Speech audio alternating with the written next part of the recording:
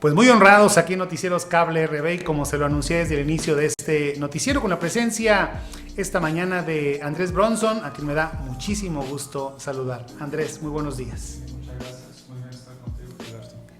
Es la primera vez que te veo, siempre te había visto o en televisión o en fotografía, y no sé por qué parece que te conociera desde siempre. ¿Te ha pasado? ¿Te pasa? ¿Te lo dicen constantemente? No, pero a veces personas no saben por qué me reconocen. A veces dicen como que te reconozco, pero ¿por qué?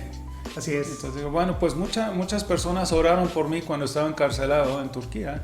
Millones de personas en muchos países, y es por eso que me conocen. Por supuesto. Si no fuera por eso, yo no soy famoso, nadie me conocía para nada, solamente porque oraron por mí. Pero eres famoso porque llevas la palabra de Dios a muchos rincones, y tu mensaje es escuchado también por muchos, y eso es bondadoso, y eso es una gran ventaja para ti como ser humano. Andrés, tú eres heredero por tu padre, Ronnie, de una gran tradición en Río Verde, un Río Verde donde tú viviste y donde no habías regresado en media vida. Pues la última vez que estuve aquí fue hace 33 años, porque cuando me casé traje a mi esposa a México para nuestra luna de miel. Yo quería que vieran dónde crecí yo, la traje a Río Verde para nuestra luna de miel. ¿Y qué recuerdas? Porque mucha de la gente que nos ha hablado, que se ha comunicado con nosotros cuando anunciamos de que te íbamos a tener aquí, pues hablaba de ese Andrés de niño o de joven, previo a este último regreso, y que te preguntáramos qué recordabas de Río Verde, cómo lo ves ahora, aunque has tenido muy pocos días todavía de estancia. ¿Cuál era ese Río Verde? ¿Cómo era ese Río Verde que tú conociste hace muchísimos años? Claro que han cambiado muchas cosas, pero tengo buenas memorias de Río Verde. Yo creo que desde los 4 o 5 años vivimos aquí. Antes estábamos en otras ciudades en México, pero yo de chico se mudaron a Río Verde, y es lo que recuerdo de México, a decir verdad. Entonces estuve aquí por un año en ¿cómo se dice? ¿Kindergarten? O sea, sí, en el preescolar o en el kinder. En el preescolar, sí, en el kinder. Aquí también llaman kinder. Creo que de niños héroes, no sé si todavía existe ese lugar. Todavía, Estuve ahí por un año. Sí. Después en la escuela primaria Manuel José Otón. Después un tiempo en la secundaria federal. Y después me mandaron a los Estados Unidos a un internado para que aprendiera inglés bien, yo creo. Sí. ¿Y cómo entendían ustedes de niños o de adolescentes precisamente esa parte? ¿Se las explicaba a tu papá? Ustedes con un choque cultural tremendo entre México y Estados Unidos. Para mí no fue choque cultural, porque me trajeron a México a los 2 meses. Entonces esto era lo que yo conocía. Sí. Todos mis amigos eran mexicanos, o sea, éramos la única familia en ese tiempo de los Estados Unidos. Entonces no tenía ningún otro amigo extranjero.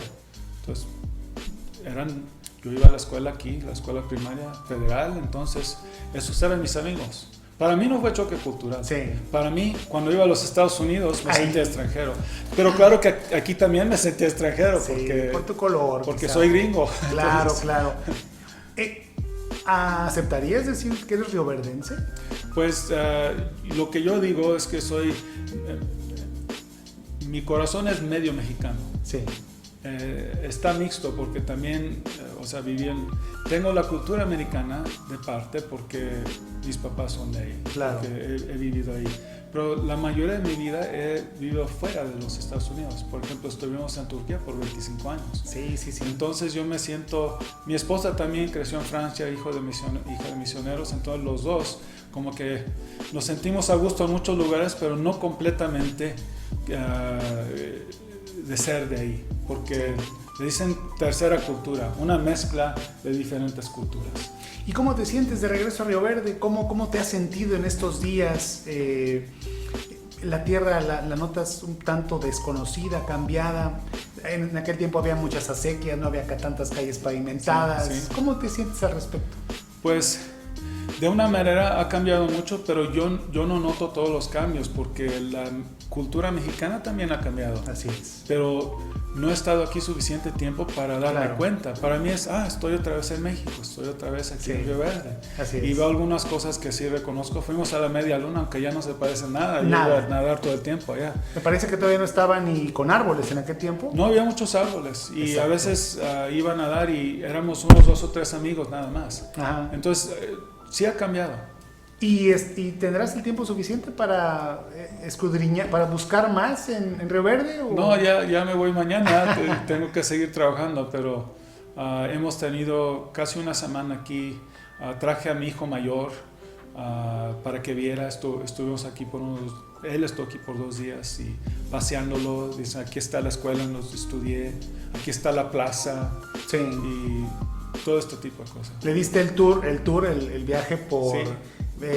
Niños Héroes, que es uno de los kinder más antiguos, está ahí en la calle calle Gallardo, después la Benito Juárez, la escuela Manuel José Otón, pues están casi iguales como las y dejaste. Y también el campamento y la casa grande en donde yo crecí, todos esos. Toda esa parte está ahí. Sí.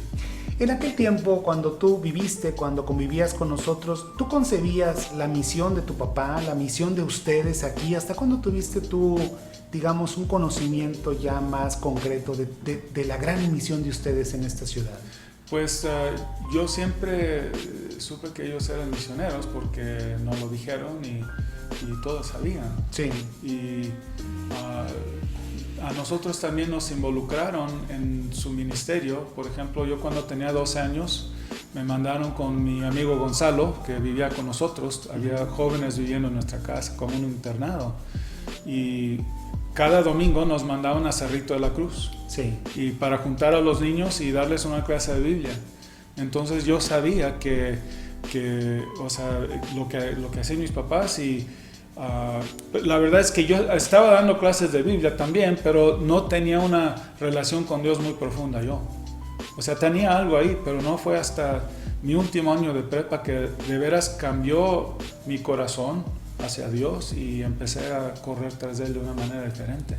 ¿Había otros caminos para ti? ¿Ese era el ejemplo que querías o debías seguir? No, pues somos 7 hermanos. Sí. Yo soy el mayor. Soy el único que es misionero. Entonces, yo creo que mi mamá quería que todos fueran misioneros, uno a cada continente, que nos fuéramos a todo el mundo, pero no pasó. Entonces, mi ser misionero, mi ir a otros países, al mundo islámico. Claro.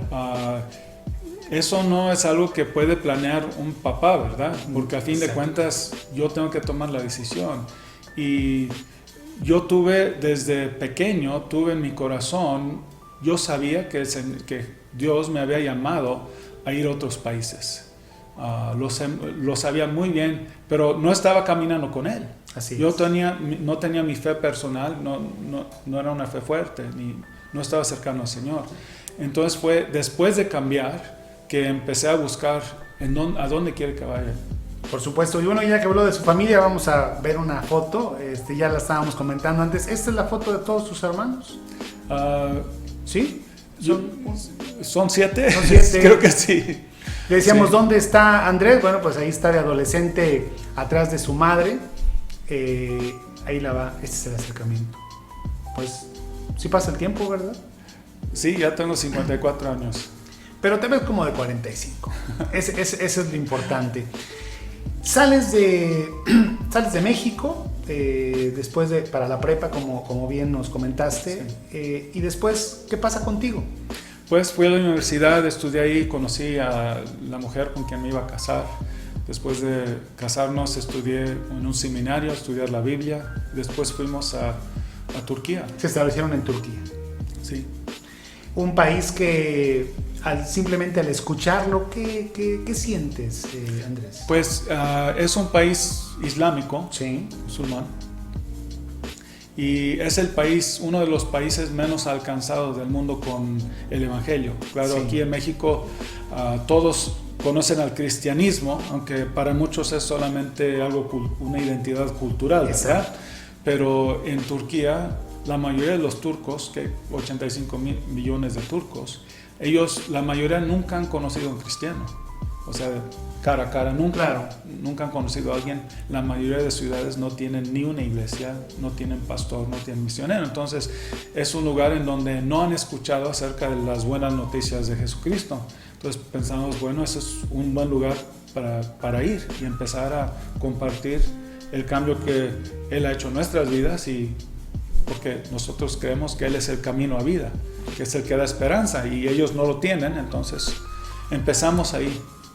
Conociendo riesgos, o sea, cuando llegaste allá, hace poco más de 20 años, ¿había riesgos? ¿Había algunas situaciones que te podían decir, aquí podía haber algún conflicto? Pues sí, fuimos en el 93 y estuvimos ahí 25 años. La verdad es que no hay mucho riesgo si uno nada más está visitando. Sí. Pero lo que fue riesgo para nosotros, lo que nos puso en riesgo es que empezamos a levantar una iglesia. Y todos son musulmanes, entonces muchos piensan que si un musulmán empieza a seguir a Jesucristo, que es un traidor a su cultura. Claro que eso no es verdad, pero así se piensa. La verdad es que hace 2000 años la iglesia, toda Turquía, había bastantes cristianos ahí. Las primeras iglesias, si uno lee el Nuevo Testamento, claro, la Biblia, ocurrió en lo que es Turquía ahora. Sí. Pero ahora todos son musulmanes. Entonces, cuando empezamos una iglesia, ya era algo público. O sea, rentamos un local y ahí le pusimos un letrero, iglesia. Entonces, ¿por qué lo hicimos? Porque los que nunca han conocido a un cristiano, ahora si tienen preguntas, van a saber a dónde ir, claro, saber a dónde ir, y nosotros estamos esperando para dar respuesta a sus preguntas. Pero claro que muchas personas reaccionan contra esto. Entonces sí hubo riesgo y tuvimos amenazas de muerte, amenazas de bomba. Una vez vino un hombre a nuestra iglesia y me disparó con pistola, sacó una escopeta y yo me lo agarré fuerte para que no matara a nadie hasta que llegara la policía, ¿verdad? Entonces, sí hay ese tipo de riesgo, pero no solamente para mí, también para cualquier persona que esté trabajando de una manera abierta, así en iglesia.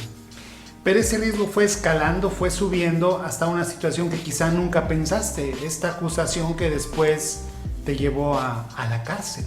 Pues hasta que me echaron a mí a la cárcel no habían arrestado, no habían puesto a ningún misionero, sí, ni a los turcos que se habían convertido al cristianismo, no los habían puesto en la cárcel. Entonces, cuando estamos contando el costo de ministrar ahí, decimos, bueno, pues es posible que nos maten, es posible que nos golpeen o hagan algo así, pero la cárcel no le ha pasado a nadie. Sí. Entonces, un día llegamos a nuestra casa y la policía nos dijo, vengan aquí al local de policía, no sé cómo se dice en español. Sí.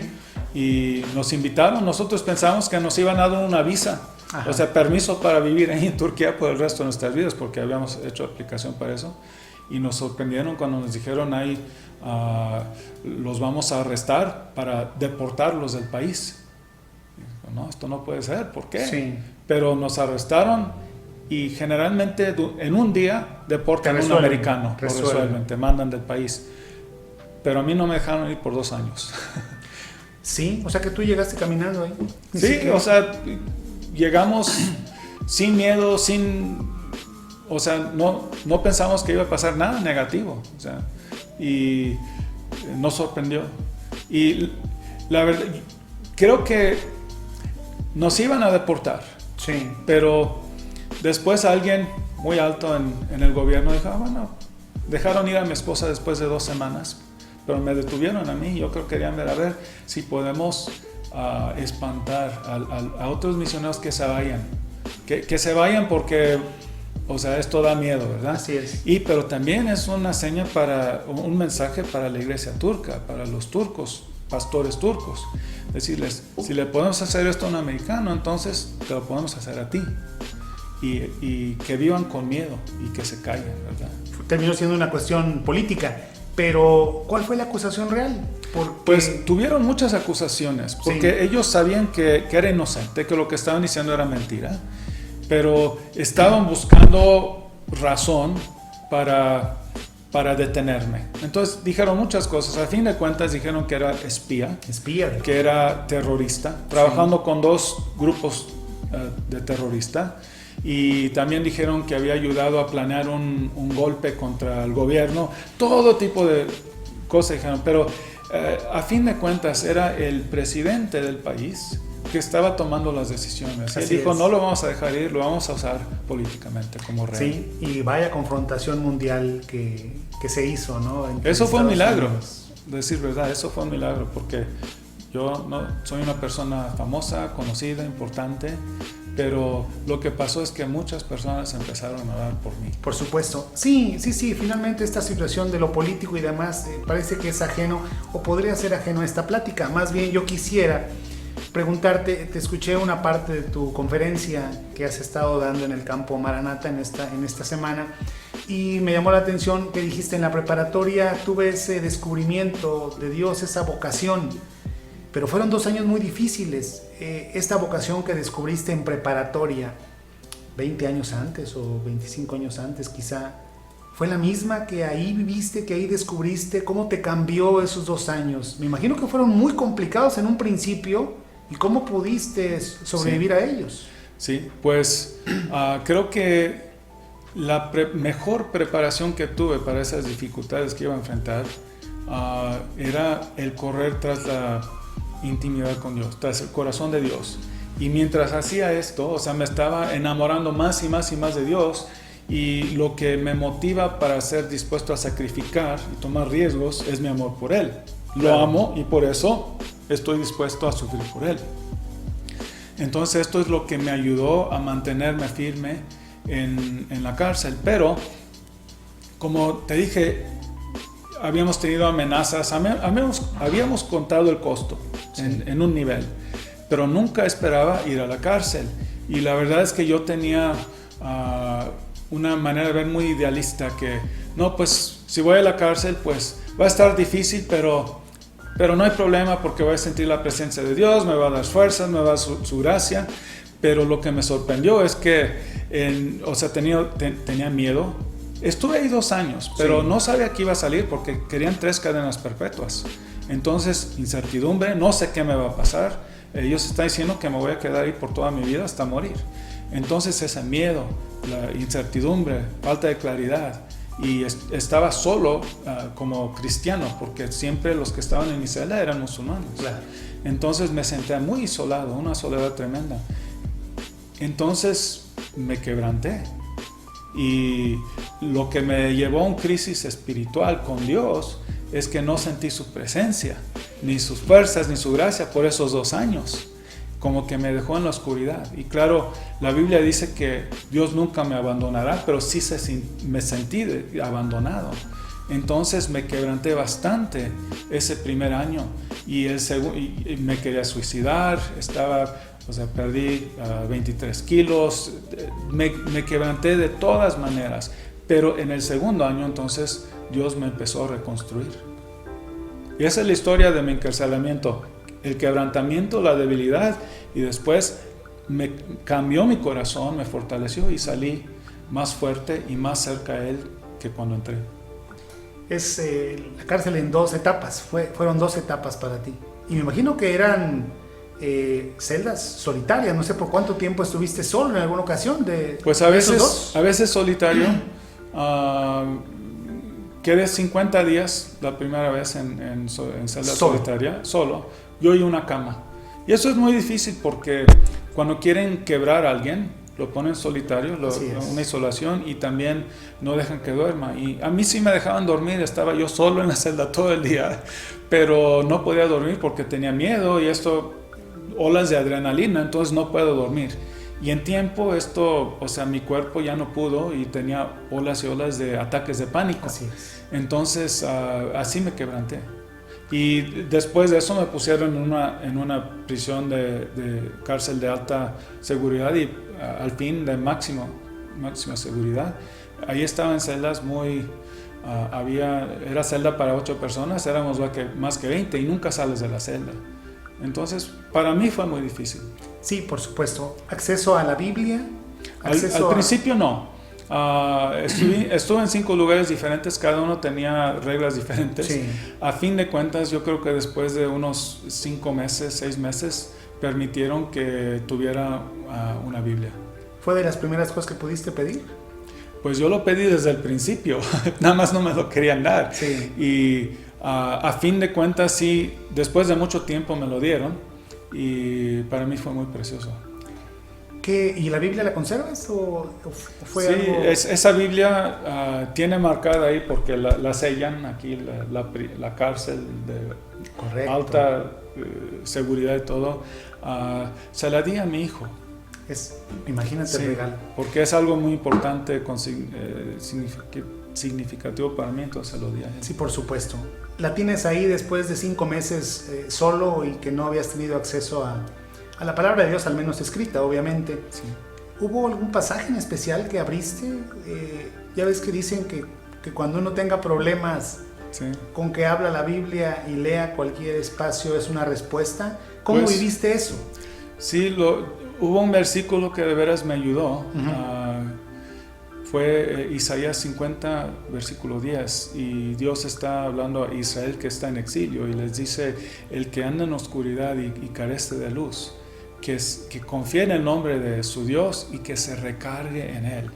Entonces yo creo que Dios me dejó sin un sentir de su presencia, sin su voz. Me sentía completamente solo en la oscuridad y Él me estaba entrenando, me estaba enseñando cómo mantenerme firme en la oscuridad cuando tengo dudas, cuando no tengo entendimiento.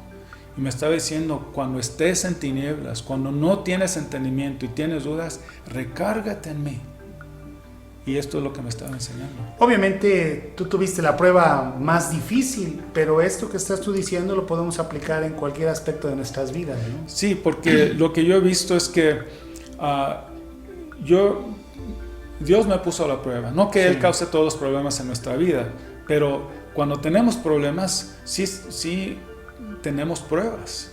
Y tenemos que pasarlas. Y yo me di cuenta que Él tenía preguntas para mí. Yo tenía mis dudas, pero Él tenía preguntas. Andrés, ¿me vas a amar aunque no veas mi amor, aunque no sientas mi amor? ¿Me vas a ser fiel aunque no veas mi fidelidad? Sí. Y entonces yo tenía que pasar esa prueba.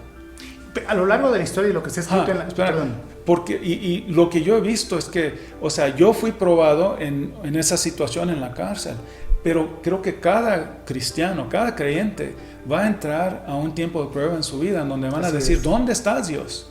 Y tener preguntas y dudas en donde no tenemos un sentido de su presencia ni de su fuerza. Entonces yo le digo a la gente: miren, yo fui probado por esta manera, pero tú también vas a ser probado, pero el corazón se prueba en las mismas áreas. Yo tenía Dios te va a hacer a ti las mismas preguntas: ¿me vas a ser fiel? ¿Me vas a amar? Así es. Son las mismas preguntas. En tus conferencias, ¿esta es la base del mensaje que quieres dar o hay muchos más mensajes? Pues yo creo que lo que pasó, una de las razones que Dios tenía, uno de los propósitos en dejar que me quebrantara tanto, porque me quebranté muy, muy feo. Sí. Pero Él quería que yo aprendiera, cuando estoy débil y quebrantado, a fortalecer mi corazón para que pueda ponerme de pie y mantenerme firme. Para hacer esto yo tuve que aprender. Tuve que tener unas disciplinas espirituales, tuve que aprender una mentalidad diferente. Y yo creo que Él me estaba bendiciendo a mí con esto, pero también quería usar lo que yo viví, lo que yo aprendí, porque yo creo que estamos entrando a un tiempo, a un tiempo muy turbulento. Claro. Va a haber más dificultades, más violencia, más oscuridad. Y para cristianos creo que muchos van a tener persecución. Entonces, una de las cosas que estamos haciendo, esto es lo que yo aprendí. Tal vez tú, cuando estás en dificultades, tal vez no persecución, pero otra cosa, se muere alguien que amas mucho, o tienes una enfermedad o algo y empiezas a tener dudas, lo que yo aprendí te puede ayudar a ti. Entonces estoy tratando de ayudar que se preparen los creyentes, que se prepare la iglesia para mantenerse firme en las dificultades. ¿Nos repites esta parte de la Biblia, Isaías? Bueno, Isaías 50:10, el que anda en tinieblas y carece de luz, que confíe en el nombre de su Dios y que se recargue en él. Maravilloso, maravilloso. Andrés, ¿y tuviste contacto con nadie? ¿Tuviste contacto en los 2 años del exterior? Pues mi esposa, ella era la única que podía visitarme. Sí. que daban permiso, pero aparte de eso no daban permiso porque dijeron que era terrorista, entonces un terrorista no tiene derechos. Así es. Y hasta cada vez que me visitó, tuvo que pedir permiso de la capital del país. Así cada es. vez. Me dejan ver, me dejan visitar. Era muy burocrático. Perdón, me brinqué una pregunta. ¿Te identificaste en esos 2 años? Porque pues fuiste un mártir, eres sobreviviente, te martirizaron de una u otra manera. ¿Te identificaste con algún personaje de la Biblia? Pues pensé mucho en Pablo y leí mucho las escrituras de Pablo. Sí. Y traté de tomar inspiración de él. Pero también pensé en otros como del Antiguo Testamento, Moisés, David, Josué en Egipto, y fueron personas que Dios les hizo promesas, los estaba usando y de repente todo va mal. Sí. Y a veces años y años sin tener luz, sin tener respuestas de Dios, pero le permanecieron fiel y salieron de estas pruebas, de estos valles oscuros, todavía amando a Dios. Y yo dije, yo quiero hacer lo mismo. Quiero salir de este valle, de esta oscuridad, todavía fiel a Dios y amándolo. Y es lo que estás haciendo en estos momentos. Salí amándolo más que cuando entré. Perfecto. Andrés, ¿cuándo supiste que ibas a obtener tu libertad? ¿Quién te lo dijo? El día que me dejaron ir. Ese mismo día. El mismo día, porque como dije, querían 3 cadenas perpetuas. Sí. Y aparte de esto no era un caso legal de juicio. La verdad era algo político. Sí, sí. Entonces, usado, pues. Y el presidente de Turquía dijo, yo mientras sea presidente no va a salir. Entonces dije, o sea, ¿quién sabe qué me va a pasar? Entonces creo que no había planes, ni el gobierno americano, que había presionado mucho a Turquía, ¿verdad?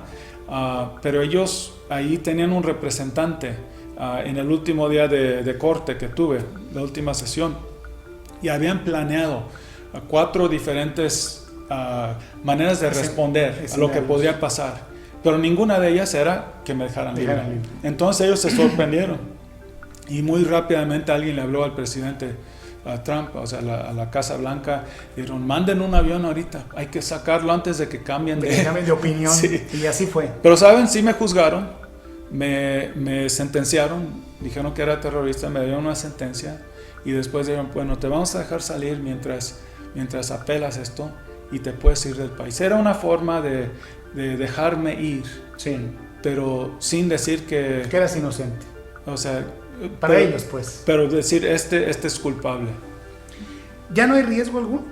Para mí, sí. Sí hay. Sí hay riesgo. Sí, claro, porque fue una derrota de una manera para personas que tienen mucho poder. Entonces, yo ya no puedo regresar a Turquía ahorita, porque todavía tengo esa sentencia y hay muchos que les gustaría matarme. Y tengo que tener cuidado a dónde voy. Sí. Pues quédate en Río Verde, ¿no? es la mejor opción que te podemos dar. Sí. Salir y llegar a Estados Unidos, ¿qué has hecho? Porque te volviste a tener que reencontrar otra vez con Estados Unidos. Sí, pues vivimos ahí y como dije, estoy tratando de preparar a otros creyentes para que permanezcan de pie, fieles en dificultades, pero todavía soy misionero en mi corazón, todavía tengo ese llamado y yo todavía amo Turquía, a los turcos, a pesar de lo que vivimos, de lo que sufrimos. Queremos que Dios se mueva de una manera muy poderosa ahí y también todavía estamos involucrándonos en otros países musulmanes. No hemos dejado queremos ver que muchos musulmanes lleguen a conocer a Cristo. A pesar de las experiencias y los riesgos. Pero diría, no solo a pesar, diría, por hecho de que sufrí, quiero una recompensa espiritual. Quiero ver que muchos vengan a conocer a Cristo. O sea, invertimos 25 años hablando acerca de Cristo, predicándolo a los musulmanes. Ahora quiero ver que haya una cosecha, que muchos vengan a creer en Él. Por supuesto, y creo que con tus palabras, pues eso se facilita aún más tu experiencia y todo lo que has vivido. Nosotros estamos maravillados que nos puedas contar y somos privilegiados, pero más por este último mensaje de las Escrituras y de cómo una persona que cayó, que parece que se sintió abandonado por Dios, llega un momento en el cual lo vuelve a tocar y lo convierte en la persona que eres. Andrés, muchísimas gracias por darnos este espacio, pues por visitar tu tierra, Río Verde, aunque ya sí. Te nos vas, ¿no tienes pensado regresar quizá pronto? No pues lo sabemos. A ver cuándo regresamos, aquí está mi hermana todavía en Río Verde. Sí, pues al menos. Y los campamentos siguen. Te comprometemos para el año que entra, ¿no? Okay. Que puedas venirte al campamento Maranata. Y pues nada más un mensaje final para nuestro auditorio. Había algunas personas que se habían comunicado con nosotros y que te recordaban en aquellos tiempos de niñez. De hecho, una persona quería buscarte, ojalá lo pueda hacer en el campamento. Decía que me gustaría saber en qué año estudió y si es el hermano que veían con una niña en la escuela Manuel José Otón, porque yo estudié ahí, dice, pero no me acuerdo si era él. No más seguro es que pues sí. Desde los 6 años hasta los 12, ¿verdad? De primero a sexto grado. Yo creo que terminé en el 80, creo. Sí, pero no, dice, no hablaban español. Me parece que no, sí hablabas español, ¿no? En ese entonces hablaba español mejor que inglés. Sí. Pero ya llevo 40 años sin hablar mucho. Pero, no, pero bueno, ahorita, sí. ahorita en la casa hablábamos inglés con mis papás. Sí. Pero afuera todo era español. Pues creo que hablas mejor español que muchos mexicanos. Con eso te digo todo. ¿Qué otro idioma dominas? Pues aprendimos turco porque vivimos ahí por muchos años y prediqué y di enseñanzas en turco. Por supuesto. ¿La gente cómo puede contactarse contigo? ¿Cómo puede tener acceso a tus mensajes? ¿Hay alguna red social? Pues uno puede buscar en YouTube los mensajes, ahí hay muchos, pero no mucho en español. La mayoría son en inglés. También nos pueden buscar en el web, pero no usamos medios sociales porque el tipo de trabajo que hacemos es cuestión de seguridad. Sí, claro. Sí, porque estamos en el mundo islámico, entonces no ponemos todo por aquí supuesto. en Facebook. No, pero para el mundo occidental, pues... sí. Pues tenemos una página de web, se llama Wave Starters, es en inglés, que es empezador de olas, porque queremos empezar olas para el Señor, para Dios. Entonces, wavestarters.org. Lo colocamos ahorita que nos lo escriban bien, porque pues no creo que manejamos muy bien el inglés. Ahorita lo ponemos aquí en pantalla, va a aparecer. Andrés, muchísimas gracias, un verdadero gusto saber de ti, conocerte y seguir pensando que te conozco desde siempre. Okay. Y a nombre de los rioverdenses, por cierto, hubo un homenaje para tu papá. Platícanos, antes de despedir, ¿qué comentario te merece ese homenaje de este miércoles ahí en el Cabildo? Creo que le dieron, la verdad no sé, fue un reconocimiento por 50 años del campamento. Entonces estuvimos ahí con el presidente municipal, Urbiola, y tuvimos oportunidad para orar por él, porque él necesita oraciones, ¿verdad? Claro, por supuesto. Ahí está, mira, es el reconocimiento. Ahí no estás tú, ¿no tenemos un video? Hay un video, ¿no? Ahí estoy sentado junto a la derecha. Y mariachi, tamaulipeco y todo, Sí. ¿Te gusta el mariachi? Mexicanísimo, claro que me encanta, sí. Por supuesto. Ahí está un poco de lo que se vivió este miércoles ahí en el Cabildo. Merecidísimo el reconocimiento a tu padre. Y bueno, pues estamos en unas instalaciones aquí en Cable RB que también fueron fundadas en su momento por los misioneros que te antecedieron. Y eso nos da muchísimo gusto recordarlo. Y también lo que vivieron ustedes aquí en Río Verde, esta parte que no se cuenta cuando llegaron los primeros misioneros. Pues ahorita ya es toda una realidad, pero en aquel momento también la sociedad se sintió un tanto sacudida. Gracias, Andrés, y que te vaya muy bien donde quiera que andes y no te olvides de nosotros. No, es imposible olvidarme de Río Verde. Tengo muy buenas memorias y que Dios los bendiga a todos. Muchas gracias. Es Andrés Bronson. Andreu en inglés, ¿verdad? Pero es Andrés. Aquí estamos en México, soy Andrés. Es Andrés, como en la Biblia. Sí. Vamos a pausa, regresamos con más.